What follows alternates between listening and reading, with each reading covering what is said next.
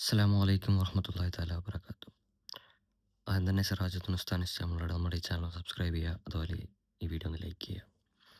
അപ്പോൾ ഇന്ന് സിറാജുദ്ദീൻ ഉസ്താദിൻ്റെ ആരോഗ്യ, അതായത് ഡോക്ടറുടെ ഒരു റിപ്പോർട്ട് പുറത്തു വന്നിരിക്കുകയാണ്. വളരെ സങ്കടത്തോടാണ് ഡോക്ടർ കാര്യങ്ങൾ പറഞ്ഞിട്ടുള്ളത്.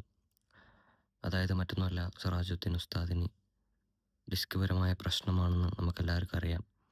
അപ്പോൾ ഡോക്ടറുടെ പുതിയ നിർദ്ദേശം എന്താണെന്ന് വെച്ച് കഴിഞ്ഞാൽ, ഉസ്താദ് മാക്സിമം റെസ്റ്റ് എടുക്കുക എന്നുള്ളതാണ്. നമുക്കറിയാം, ഡിസ്ക്പരമായ പ്രശ്നം വന്നു കഴിഞ്ഞാൽ കൂടുതൽ നേരം നിന്ന് സംസാരിക്കാനോ കാര്യങ്ങളോ ചെയ്യാനോ പറ്റില്ല.